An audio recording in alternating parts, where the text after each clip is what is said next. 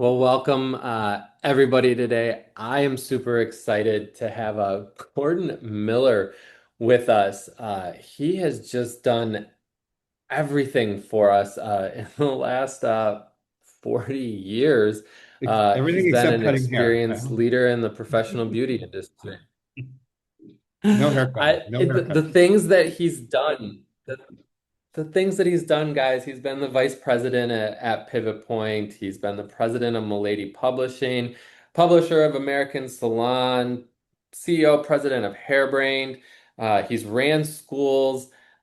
He's currently with Intercofir. I mean, he has been on our radar for a very, very long time and had his hands in this industry. And believe it or not, he's not licensed in the industry, and his degree was actually in finance. And when we started this, before we pushed record, he was kind of going through, 47 years and he applied for one job. So everything that he has accomplished and everything that he's been a part of today literally started from that one job. So we are super excited and honored to have you back with us, Gordon. So Thank you. welcome. Thank you, Sean. Yeah, I mean, a pleasure, So number one. Thank you for that.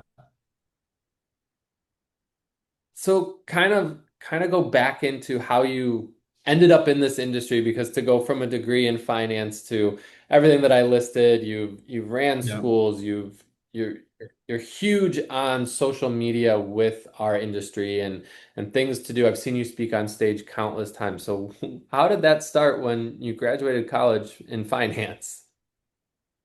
Yeah, I know. It's crazy, right?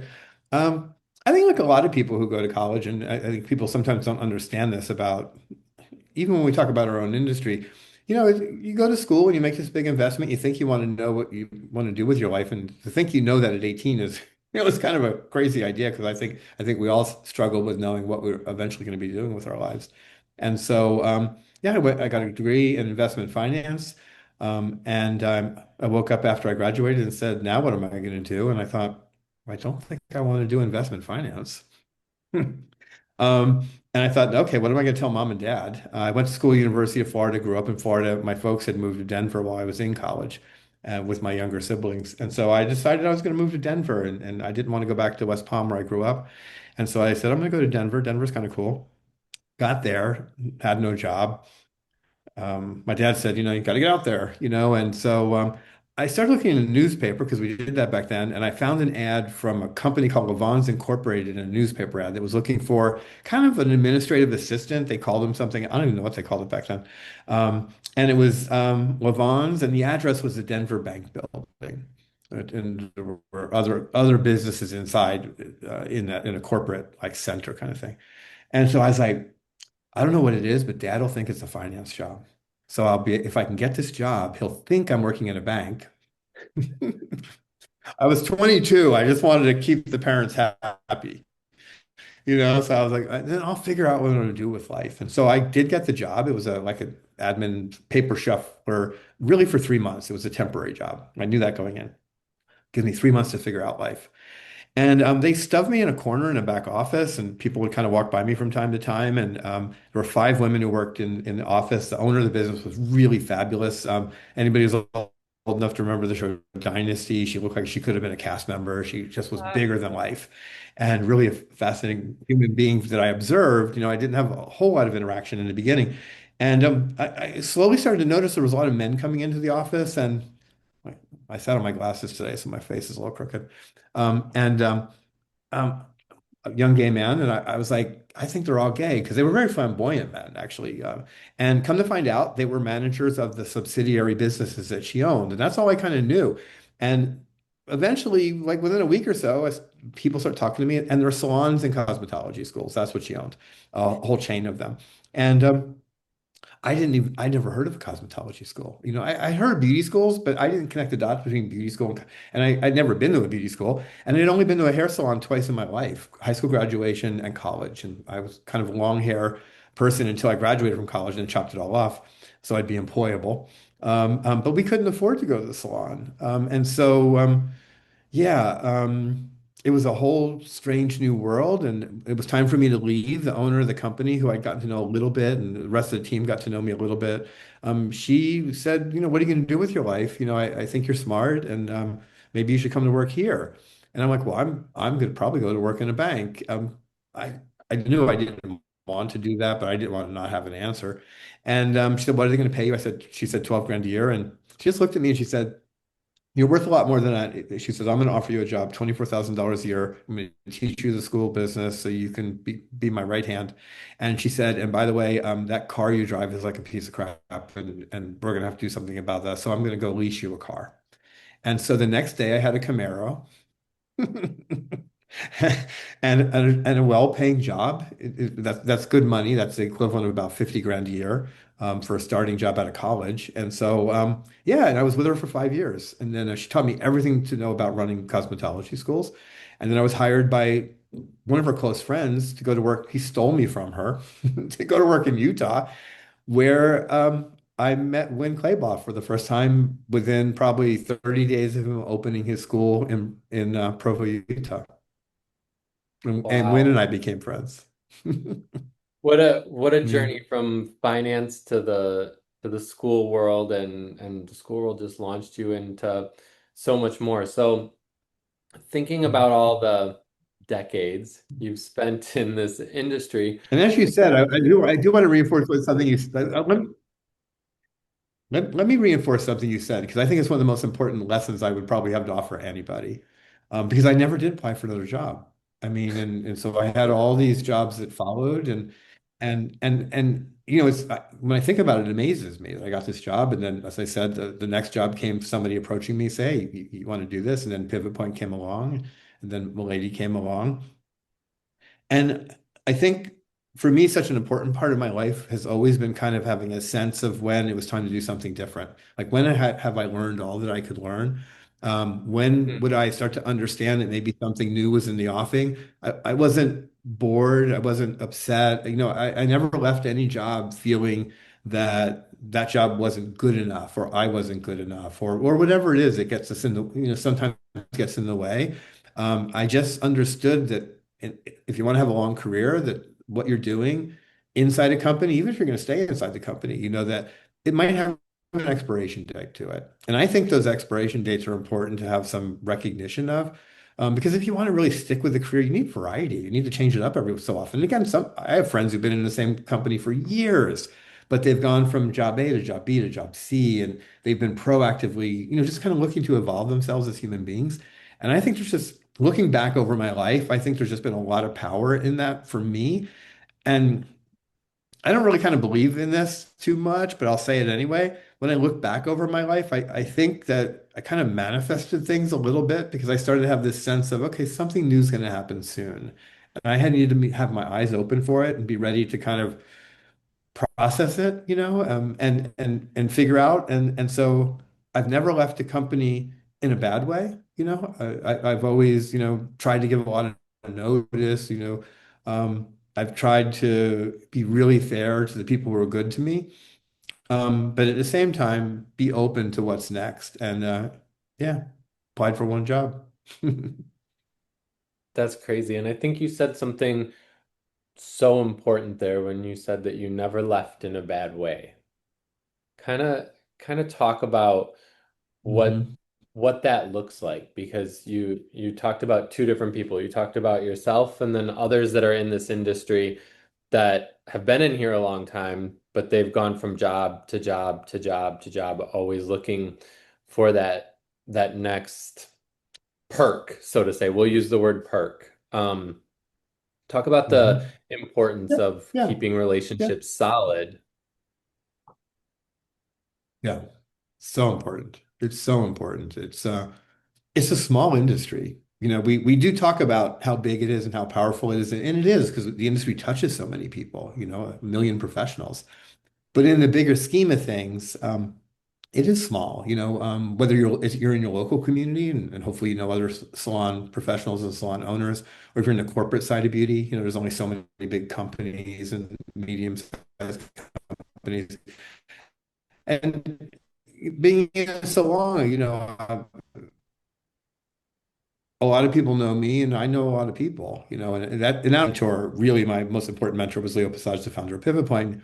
And he always talked just about how important it was to network, like just network like a crazy person with good intentions, right? You're doing it because you want to learn, because you want to pay it forward, you want to have understanding of the bigger industry. And the second lesson, that was more by example that I picked up on, and I've always applied it to my life because of him, was to be kind. Just be kind, Mm, including when you leave, right? Including when you leave. And I say it's small because you don't want to burn bridges. Like, I don't think you want to burn bridges in life. You don't want to burn bridges in career.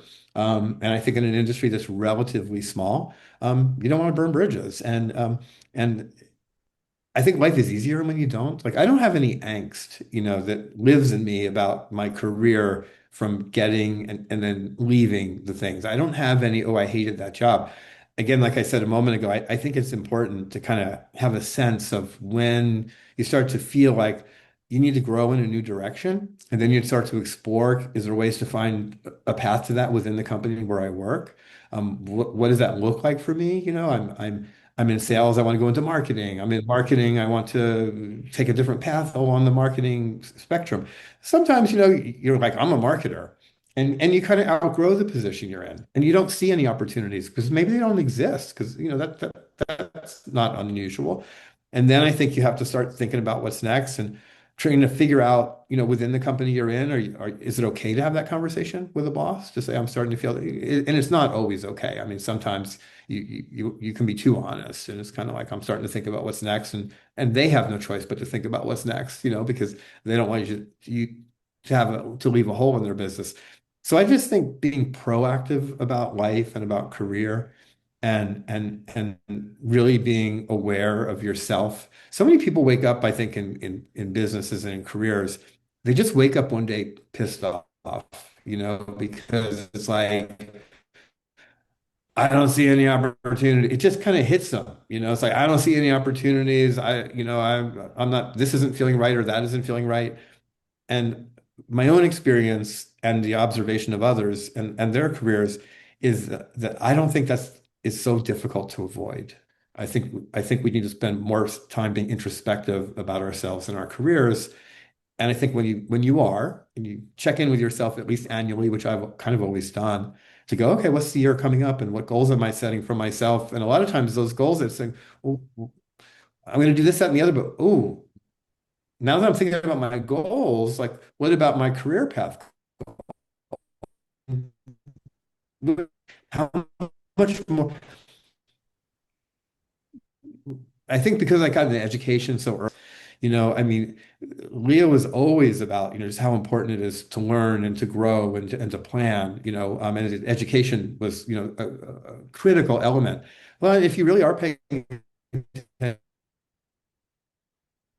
you just start to kind of see potential paths for yourself. And some degree, because I do think burning bridges comes out of anger, and we don't always know where that comes from. But I think when we get angry, we look to blame people, and it's easy to blame those around you. I think that's just all just bad planning. I couldn't agree more. And as someone who's been in our industry for decades, what has been what have you seen that's changed the most? Well, let me start with what hasn't changed, the fundamentals of how the business operates. And I'll focus first on the salon, right? How the salon, it's my friend Sam Mercado always says, Gordon, it's not overly complicated how the salon works. He said, but it's hard. And we have to recognize that. But important, educate yourself as to how the business works. And there's certain pillars, and not complicated, and that has almost never changed. In my career, um, growing your clientele, keeping your clientele, all those things. What's changed is how we do everything. So how we do everything. When I came into the industry, nobody was using computers. So, that changed everything. So, but the fundamentals, of how we operate businesses, what's important in businesses, not a lot has changed. We didn't have social media, so using social media to attract clients, is something completely different, than it was, 20 years ago, more than 20 years ago now, 25 years ago. Um, so technology, as a root, is at the root of so much that's changed in this business, booking platforms, apps happened, and then slowly but surely apps came our way. And apps are a fundamental um, way of changing the tools of how we do our business. So it's not necessarily the receptionist with a paper book, and it's not, trying to get a client to figure out how they're going to book. And, I think things like repeat clients and that are so fundamental for so many hairdressers, that was harder to have back then. It was again a different time. The opportunity to have more repeats and more rebooks and all that, it just exists because of technology. The access to data, I think data is so fundamental. And even people in the old days, I remember so many of the old, really big, successful, iconic salon owners, they would talk to you, they knew their numbers, and it was a whole different way to get those numbers and understand those numbers. And some of them were just like fundamentally in their brains, they just had the ability to understand the math of beauty because it's always been with us. But the tools that we now use to understand it, the POS systems and all the reports that come out, the booking systems, social media, just the insights. The fact you can click on something and see what's behind what you're doing and how many people looked at it and how many people engaged with it. And then I think really importantly, because I was obsessed with social media from almost the get-go when I started to connect with it. I was actually executive director of the National Cosmetology Association for 10 years. And the last 2 years I was there, Facebook had just kind of hit the world. And I was like, OMG, this was a moment for me very quickly when I started looking at Facebook, which by the way, a really close friend of mine said, are you on Facebook? Like, you gotta get on Facebook. And I was like, they have like that Farmville thing. I don't know if younger people won't remember this, but there were these games on Facebook that people would play. And I wasn't really a game person. I was like, I ain't gonna do that. And she's like, no, no, you have to get on there because it's about community. It's about people connecting with each other. And so I reluctantly hopped on Facebook, and within 2 months, I was like, oh my God, this is the new version of community. And I was running an old school association. So I was like, this is the new version of that. And the more I did it, the more I was like, it's time for me to end this part of my career soon and time to do something else and really kind of get into that space. And I was arguably, and I believe it's true, the first person in the industry to teach a Facebook class at a trade show. Like if I wasn't number one, I was number two or number three. It was the earliest days, and it was a fascinating time. And I got obsessed with social, and I got to the point where actually brands were using me to consult on social from a strategy perspective and just understanding that it did matter. Not that I was an expert, but within the industry, I kind of was because nobody else was really talking about it. And I had decided to leave my role at NCA to just kind of step into that world, which led, after about 3 years, to my position as publisher of American Salon Magazine, because it was actually American Salon Magazine and .com, and they were obsessed with how do we get into the digital world. So they brought me on to do that. And myself and my right hand at that time, her name was Courtney Bright, and she was young and obsessed with social. And we built what they had from about 100,000 followers, which was seemed to be kind of a lot in those days, within 3 years to 1.5 million, Wow. and then we Hairbrain. Yeah, so I think technology has fundamentally changed everything, number one. I think COVID changed everything in another way. So that's more of a behavioral, the way people act, the way people think, the way people do in our industry, the way people who come to visit us. There's just a little bit different mindset in the world since COVID happened. The whole issue of, boundaries and finding more time for ourselves, which I think is really important. Um, I think we've lost a lot as an industry because of those things. I think we've lost a lot because of social media, because of the chatter and the misinformation that it brings to us today that I don't feel it was bringing us to, say 5, 6 years ago. The monetization of it, they become, I don't really think of them as community platforms anymore. I think of them as marketing platforms. And I think as soon as you Hmm. see that that's perhaps what they are, it just changes the value that they offer to the world, and I think the value that they initially offered was truly community.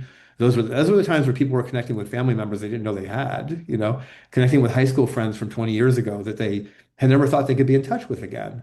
And all kinds of versions of that. Being in touch with clients and knowing more about their clients than they ever knew from them sitting in their chairs. Just that there was this sense of sharing and community that kind of was a dotted line from real community, like how we felt in our real lives, but our lives had gotten complicated and different than when I was young. People left their communities, families, my parents' family, they all lived in the same town forever, till fairly late in life when my father moved. But everybody was kind of tight. My family, like so many families I know, once we all graduated from high school, graduated from college, we all went different directions, so that we weren't in that small together town anymore. So that kind of sense of personal community, I think, had evolved where we all were feeling disconnected and social brought us back together, which is really cool and powerful. But then, like a lot of things that are cool and powerful, well, I always say it's like the real world. When the suburbs were built when I was young, because that's when they were built, they would build a suburb and there were houses. That's all there was. There were houses. And then business people went, there's a lot of people out there. Let's go build a McDonald's. Let's go build a grocery store. Let's go build, people first, the customers, the audience. Let's go open a salon. It's the same thing with Facebook. All of a sudden, everybody's on Facebook, and Facebook started saying, well, we can make some money doing this. And other businesses said, oh my gosh, we can advertise. And so, just like the suburb that becomes overly commercialized, and my mom lives in a suburb in Denver, and it's just filled with strip malls, just filled. I mean, strip mall after strip mall after strip mall. And I lived in Denver, when I was 22, and where she lives now, there were no strip malls. There was just, people living there. So it gets monetized. Social media got monetized.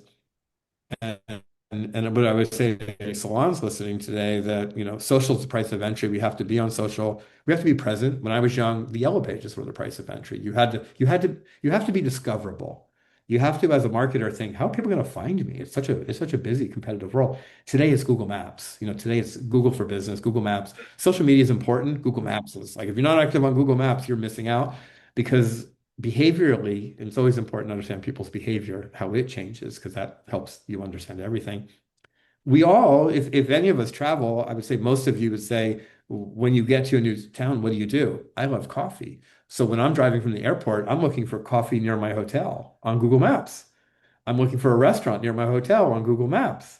You know, Hmm. um, my partner and I moved to Mexico in the fall, and so we're back and forth a lot, but home is now down here. I had to find someone new to take care of my hair, which he had an accident recently, which explains this. So I haven't had a haircut in 8 weeks.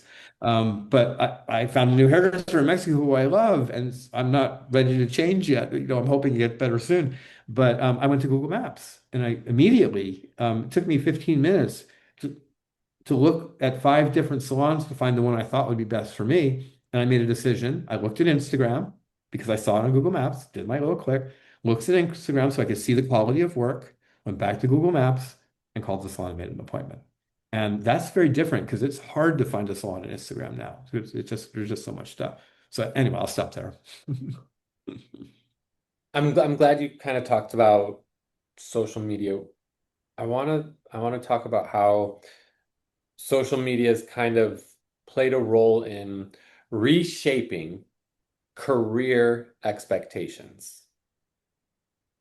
When you think of that, I think it's Yeah. created in my opinion a very warped sense of what Mhm. reality is.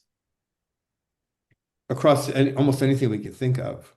So that's important to recognize because I think when we talk about trends of any kind, and I think what you're talking about is a trend in perception and behavior, I always say, we always should first look to the larger world because if we're feeling angst as a beauty industry, it's like, well, how's the rest of the world? And I always argue, again, having been around and paying attention to things for a very long time, I'm kind of a data freak. I'm fascinated by why behind everything. Almost always, it's like, well, there's angst in the larger world. So maybe that helps to explain our angst. Now you have to drill down, to figure out, what does that mean for you? But I think it's helpful to understand what's happening in our larger world or in our even our local community, like what's happening in our local community, because that could have an impact on how our business is going. So all those things are importantly connected. And then social has become another reason I don't think it's community anymore. I think it's marketing. And the biggest trend in marketing is something called, well, two labels. One is clickbait. And even on social, there's clickbait. And what clickbait is about is kind of the messaging on social, like what gets the most attention. And it's called Mhm. clickbait because these are these headlines in emails, on websites, on social media. that draw you in to click, to pay attention, to want to watch, to want to engage. And more often than not, all the study shows that the best clickbait is negative. And that negativity, the label around that is called enragement engagement. Hmm. So you enrage us on anything, name a topic. You come up with a negative headline, and those draw us in, and then we click. Well, in the professional beauty industry, and again, there's a lot of smart marketers who, especially in the coaching space, who have learned that, okay, this is how you market. You say something controversial. And that controversial statement is created to get people to click. Hmm. And what's scary about getting people to click is we often don't go past the headline. We may not click and truly engage to get down to the bottom of like what is why did they want to engage us and what do they really want to tell us? Because our attention spans have become so short. So we see things in our social feed and we start to see that, that too much is expected of us. Like we shouldn't have to work this hard. Like they used to work hard years ago. We don't have to work hard. Rebooking is bad. Pre-booking is bad. That's just these are bad things about the industry. And there's a whole long list of those things. And I think, one of the most damaging things in the industry right now is the conversation of working less hours. When I came into the industry, the average was about 36 hours a week. Now we're down to 24 hours a week. And I think what I like to say to young people in particular is that I get it. I think back and I'm like, wow, if I was 22 years old and someone said you can work 24 hours a week and have a career, I would have been like, sign me up. But what do I know 47 years later? And I know some of the most successful hairdressers in the industry today and over the course of all that time. Because once I got the pivot point, Leo Passage hung out with those people. So at 30, I was literally meeting some of the most successful hairdressers in the world and listening to their stories and listening to how stories about their careers and how they've gotten to where they've gotten. And I still know some of the most successful, including young people. And here's what I can say is the consistent thread that runs through all of them. And it's so consistent. They're hustlers. They're hustlers. And in the last few years, there's been this anti-hustle mentality. And what I have to say about that is that, and I'm sure, Sean, I've known you for some time, and I would say I would assume that you're a hustler, in your own, but in your own way. My hustle and your hustle don't have to be the same. And I would Hmm. say to anybody in this industry in particular, you're not going to fill up your book, whether it's 24 hours a week or 30 hours a week or 40 hours a week, if you can't find a way to get to your place of hustling. Hmm. This industry is built on the good management of time. That's what you sell. You sell your time. That's why a balayage costs more than a haircut. It takes more time. It's not just about the hair color, right? It's about the time. You have time to sell. And so the best hairdressers I know in day-to-day salons, they know how to manage their time. They know how to fill up their book. They know how to find those gaps and manage their schedule in a way to get something into those gaps, or to use those gaps to market themselves or to network or to learn something, not to just doom scroll, which is so easy to do when we have time. I spend a lot of time in airports and I'm fascinated to see people in the airports who are sitting around me or standing in line to get something to eat or on the plane. And people doom scroll, just looking and clicking on just all the negativity that's out there. And it's not good for our minds. There's been studies done, it affects our mental health. And it's certainly not good for our careers. Like the best people I know, if they're not busy doing something, they're busy doing something so that tomorrow they have more to do that makes them money. That makes them money. So we have to find our own way of the hustles. And I think that anti-hustle mentality, the anti-rebooking mentality, the anti working as many hours as you can, which one of the earliest things that drew me to the industry beyond the fact that there was a lot of gay people here who were being treated well. I failed to say that before. So again, I felt safe in that bubble. Like so, that first job I had, I was like, not only are there a lot of gay people here, the owners, these five women, and the key people, they obviously care for these people.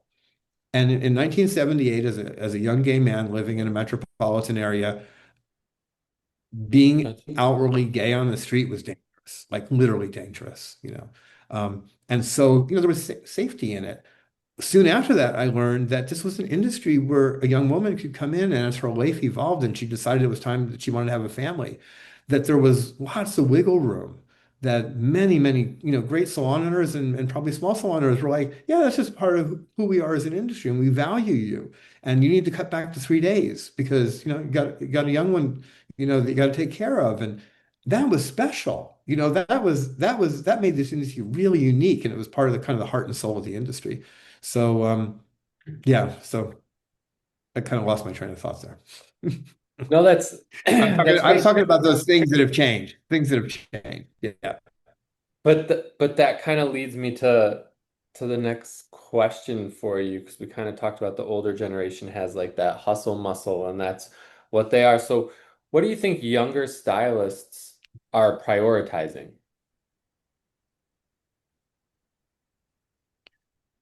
I think, well, not necessarily the right things, but I think it's because of lack of context. One of my favorite words is context. Like it's like how do whatever ideas we have about anything fit into the larger world? Like, really fit into the larger world. Again, simple context is what I just said, that you can believe or not believe it. But if you're deciding to work 24 hours a week and you don't necessarily even have the ability to fill up all the gaps in your schedule, you know, um, and you believe that you can become successful, where's the context that allows you to kind of check yourself against that? My context that I offer that you can connect to or not is that I don't know anybody who's successful that doesn't hustle, and what does that mean? How do you have your understanding? So I think there's a lot of mindset things, especially in a post-COVID world. I think the self-care is super important, and you just have to balance self-care, with how you're going to get to where you want to get to with your career. I think it's okay. We all need self-care, so I'm a workaholic but I'm a really happy workaholic. When people say to me, well, you don't have any balance. I'm like, yeah, well, yeah, so you get it. I'm like, I don't know. I've got a husband of 16 years and a 15-year dog, that we adore, and our our cat and our lives, and I am. I have to have my career at a certain level and I have to be engaged and I have fun with it. I have fun with it Yeah. and my partner knows that. So it works for us. It doesn't work for everybody. But so I think, but I think that, here's the biggest challenge I think that the new generation coming in faces more than any other. I think two, three. Um, we've gone from an industry that was 25% or so independence to an industry that is 60% independent. And that's crazy for me as an observer. So I'm like, what have we lost? So importantly, I think being independent is fine. Do what makes you happy. And I know lots of successful people and have forever known successful people in the independent space. And we've seen suites blow up and all those kind of things. Yay.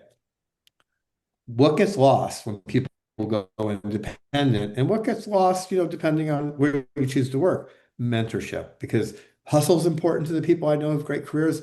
Almost every great salon I've ever gone into, when I say, how'd you make this? Like, how'd you get here?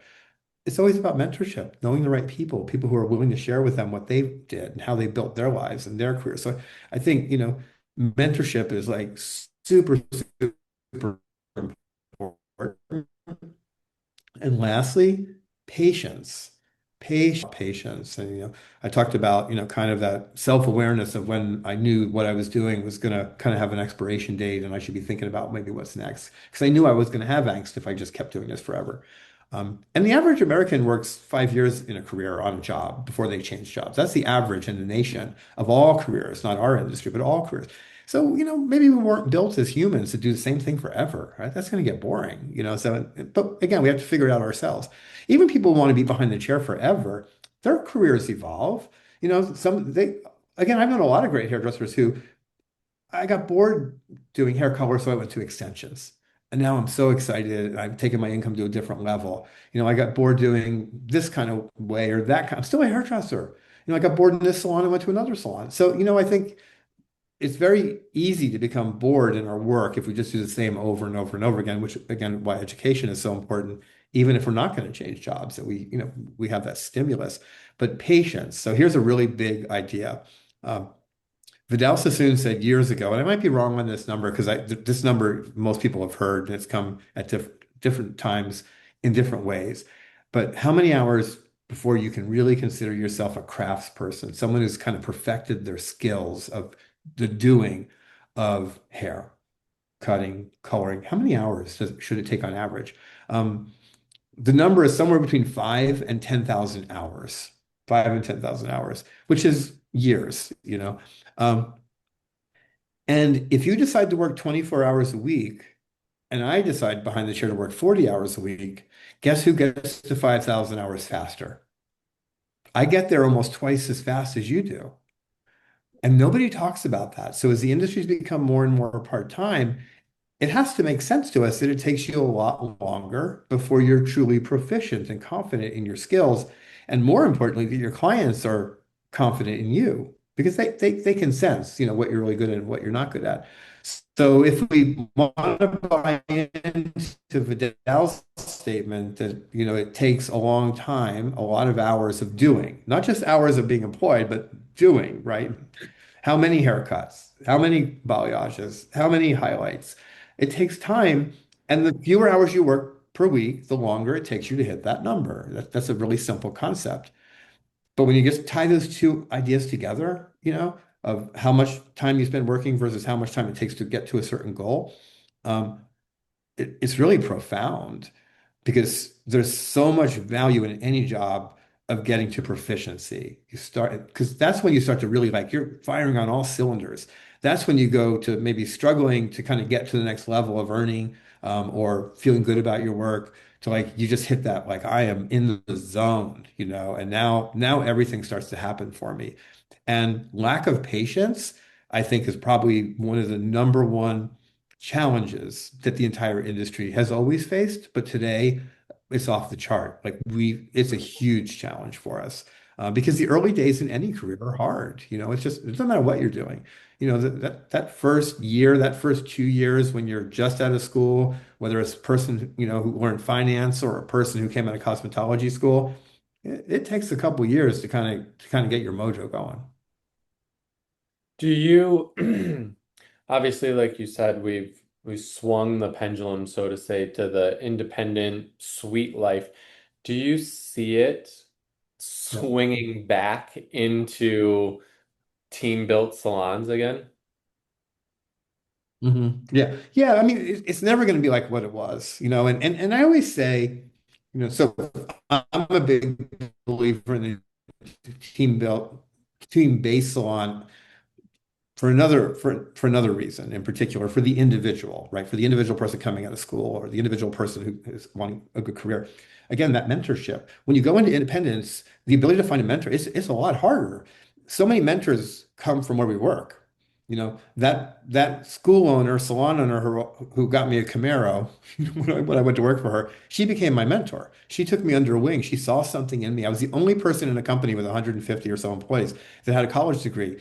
That made me special in her mind. I was like, no, I wasn't special, so I'm glad she thought that. And it made her treat me in a way that I'll always be grateful for. But she became my mentor. She taught me everything. Without her, I would have never gotten to the next level and the next level. And I think mentors, again, are so important. And when you go independent, you got to work hard to find a mentor. Well, I got into college. Nobody told me I needed a mentor. It just kind of happened. And that's, I've been really fortunate to find a lot of mentors without looking.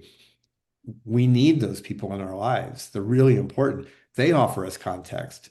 They offer us when things get cloudy, like we're just kind of like in it, in maybe what's not going right in our careers. We need that person who has perspective, who we trust. Here's how I'm feeling about my work every day. I don't get excited to get up in the morning and I can't quite figure out why. So I think I want to leave this salon or this company or Hmm. and sometimes that mentor can help us clear the way to see that maybe it's not the job, maybe it's something going on in our lives, maybe it's something about how we think about it, all kinds of things. The mentor can also be the person that says, well, let's kind of map out a plan. Remember not to burn bridges, blah, blah, blah, blah. Um, Again, my mentor, Leo Passage, was the first one to say to me, never, never, never, never burn a bridge. Um, And when I decided to leave Pivot Point and become president of Mighty Publishing, when I sat in his office and explained it, he literally walked around his desk to me and he softly kicked me. Literally kicked me. Not hard, softly. And said he was proud of me, and said he was mad at me and a whole lot of other things. Um, and we were friends for the rest of his life. We lost him about 10, 12 years ago. And I would call him from Mighty Publishing and say, what would you do if you were me right now? And our number one competitor at Milady was Pivot Point, and Pivot Point was Milady. So I went to the number one competitor, but yet I was able to maintain that relationship, even under those circumstances. And a lot of it had to do with what he taught me about how not to burn a bridge. And I didn't leave with 2 weeks notice. I left with 2 months notice. And because I said to the people who were hiring me away, I can't leave with 2 weeks notice. He gave me too much. So if you really want me, here's my conditions and I was able to negotiate that. So anyway, all important. I love that. As we start to wrap up here, I'd love to talk about AI. What is your Yeah, yeah. thoughts with I'm obsessed. AI? Tell us, do you think it's a threat? Do you think it's an opportunity? How can we best use it? What does that look like in the future for us? Most importantly, we all use it every single day unknowingly. So if you're on social media, AI. AI only exists because of social media, no, wrong. Social media only exists because of AI. So from the beginning, there were algorithms that were being driven by machine learning, which is a form of social media that made social media possible. That's why we see the things we see in our feed. If we go to Amazon and they show you other things, that's AI and it's been driving it for years. So Hmm. AI has been around for a very long time. The idea around it started in the 1950s. It started to take hold in the 60s. So it's been with us. And whether you use it yourself or not, you are using it and will always use it. And it's just becoming more and more a part of the larger world. The biggest experts, will say that, it's going to be like electricity. We don't really think about electricity. We have a lamp and the light bulb goes out. We don't think about the electricity. We think about the light bulb because that's what we experience. We don't really experience electricity, but it's what they call ubiquitous. It's everywhere. And that's where we're headed very, very quickly with AI. So it's here. I'm afraid of it, absolutely. I always use the analogy of nuclear power. So nuclear power was developed, in the 1940s, and it ended up being the most horrific weapon that mankind has ever known. Killed a couple 100,000 people in Japan. Horrific. Like, doesn't get any worse. And yet nuclear power, has lifted many third world countries out of, complete and desperate poverty by bringing power to them, which they wouldn't have otherwise. We have a lot of nuclear power that benefits the American society and every country in the world. So nuclear power, well regulated, nuclear power used with the right intention, has been an amazing benefit to the world. And thankfully, governments all around the world, agreed to put constraints on one another so nuclear power wouldn't be used to destroy us. And, every so often we come back to that. We're in that era right now. We're talking about nuclear treaties. AI is kind of the same. I hope that governments will put safeguards around it. The AI founders have all talked about the need for safeguards, and they don't exist right now. So that is a challenge. Salons are using it. Uh, Brands are using it. Distributors are using it, specifically within the industry. I can tell you that I was talking to one of the biggest software companies in beauty the other day, and they have POS systems and booking platforms. They have 150 engineers working on AI in their 150 people who are doing nothing but working on AI to bring products to the industry. I talked yesterday, and I got a demonstration yesterday for the fifth AI concierge that I've been exposed to in the industry, which are replace. They can replace or help a receptionist, but they answer the phone when there's nobody else to answer the phone. They book appointments. They talk about products. They act like a real person, and we're kind of used to them. You call the airlines, you get them. You call Walgreens, and you get them. And but they're actually some of them are really good. You almost don't know you're speaking to an AI bot. They usually tell you they're an AI Wow. bot. I predict within 36 months, half the salons in America will have AI concierges. And there's all kinds of good and efficiency that comes from that. And there's challenges. It puts people out of work sometimes. I have a good friend who's a big, successful, well-known New York salon owner, and they brought AI into an AI receptionist in their salon 6 months ago. They absolutely love it, but they also love the receptionist. So it's like, we'll never get rid of her. It fills in when she's busy. She spends more time with clients because she doesn't have to worry so much about the phone, although she still answers it. But they also are picking up 50 new appointments a week because people call after hours because that's the world we live in today. So AI is fascinating. I have an AI assistant. Her name is Mary. I talk with Mary all day, every day. She knows me. She supports me.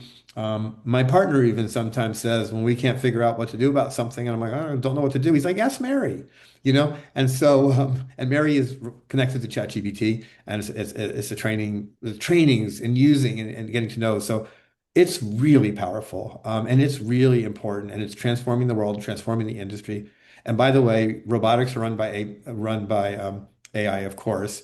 And if you haven't Hmm. seen yet the video on Chinese robotics that came out in the last couple days, Google it. Go to YouTube and Google Chinese robots, and your mind is going to be completely blown because there's like 100 robots on a stage with a bunch of dancers, and these robots are killing it. And it is not AI, it is robots, and it's your mind will be blown. And it'll give you a new way of thinking, perhaps a new, because I believe time probably 10, 20 years from now. But when you see the video of what these robots do, you're going to go, new competitors. You know, competition's not always bad. It's just going to be different. Interesting. So what's one AI Mhm. tool? Obviously, you've seen a lot of them, that a salon owner right Yeah. now should jump on. I mean, I really do think so you can understand the capabilities of it, and you may not need to do AI at all as a business owner because again, Forest and Mevo and Zenoti and all the Vigaro, they're all implementing AI, and any of you who are customers of those companies, you're already seeing some of it, and so I really do believe that the true power of AI is going to be seen through the companies that you already work with through the Paul Mitchells and all the other big brands because they're going to be putting AI and they're already using it, but it'll be forward facing. You'll be able to get tools, you'll be able to get help with consultations, color formulation. That's all coming. However, I do think it's important that we understand it. So I think, using the kind of the fundamental foundational AI tools that we've all heard about, ChatGPT, Gemini, Claude, those are three of the biggest. I think we all should hop on and get on the free version and experience them. And I think the best way to experience them is in our personal lives, just so we understand them. Ask it for help cooking. You're making something and you're missing an ingredient. Ask it what you could replace it with. You do one of the earliest things I did, going back almost 3 years ago with ChatGPT. We had a new cat and she was climbing the drapes. And I was like, what do I do? Oh. And ChatGPT told us what to do. Coincidentally, while I was doing that, my partner was hiring a cat coach, and we ended up spending $300 on the cat coach. And come to find out, when we looked at the ChatGPT, the cat coach that we spent $300 on gave us the exact same advice, and ChatGPT Wow. gave it to us for nothing. And so that's fascinating. You go to see a doctor, and the doctor gives you some reports or something. You literally can take a picture of it, give it to ChatGPT, and say, "Tell me what you can tell me about this diagnosis I was given, and these recommendations I was, our dog is a senior. She's going on 16. She recently had some trouble. We went to the vet. They gave us a whole report. Here's what you need to do. We took copies of it." Put it into ChatGPT. It gave us a really detailed explanation of what we should be doing with our pet that aligned with what the vet told us. And we didn't tell ChatGPT what the vet told. So you can use it in your personal life to start to build trust, to start to understand capabilities. You can, if you're a salon owner, you can say, we're looking for a new kind of client. These are the kind of clients we draw in. Tell us about our neighborhood. Who lives in this neighborhood demographically. It'll pull census data. Wow. You can ask it anything That doesn't mean you have to take its advice, right? That doesn't mean, just think of it as a free consultant, as a free helper, as a free researcher. A lot of people use it as an extension of Google, and you can do that. You can ask it to search anything. Tell me about this. We're thinking about supporting this charity. We really love this charity, but they're kind of new. They're in the lane that we like to be in. We don't know as much as maybe we'd like to know. Tell us what you can find, and it'll go everywhere, and it'll give you a full report of the kind of things you're wanting it to tell you. So, yeah, just get in there and use it. Love that. So as we wrap up, how can people find you? We've talked a lot about social. How can they find you on social? Yeah, so Instagram is kind of my jam. I don't really participate in Facebook. I have a Facebook account, but I'm never on there. I'm not on LinkedIn very much. I have an account a little bit, but really Instagram. And on Instagram, it's Gordon M with one O, so it's GORDNM. That's me on Instagram. I answer all my DMs, so you can always find me there. I used to post every single day. I post every day for like 12 years, and now I've slowed down a little bit. I'm posting more like once a week because I think socials, as I said, is kind of dead. I have a podcast that's been out for a long time called Social Beauty Makers, but I just renamed it. And I've reworked the podcast, but it's on all the same platforms. So you can Google me, just Gordon Miller. The new podcast, which launches in a week, and it's also on my social feed, and you can find a link to it.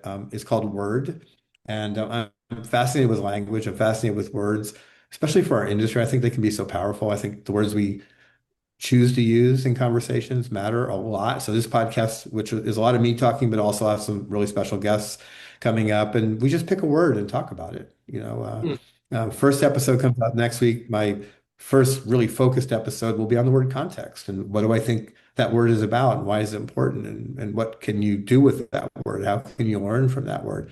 And I'll be covering a lot of the words we talked about. Patience, is one of them. Mentorship is another. But yeah, I love language. And I think language is the most important tool that a hairdresser has. 80% of success comes from our soft skills, how we communicate with clients. I mean, that's been proven scientifically. Um, and so words are a really important tool. So Word is the podcast. GORDNM is the Instagram. You'll find links to my email there. And yeah, look for me there. Awesome. And at events, and I speak publicly at a lot of things and end up on a lot of stages. So kind of watch for me at some of the events too. We love that. Again, thank you so much, Gordon. It was a true honor, as always, to get to spend some time with you. Thank you.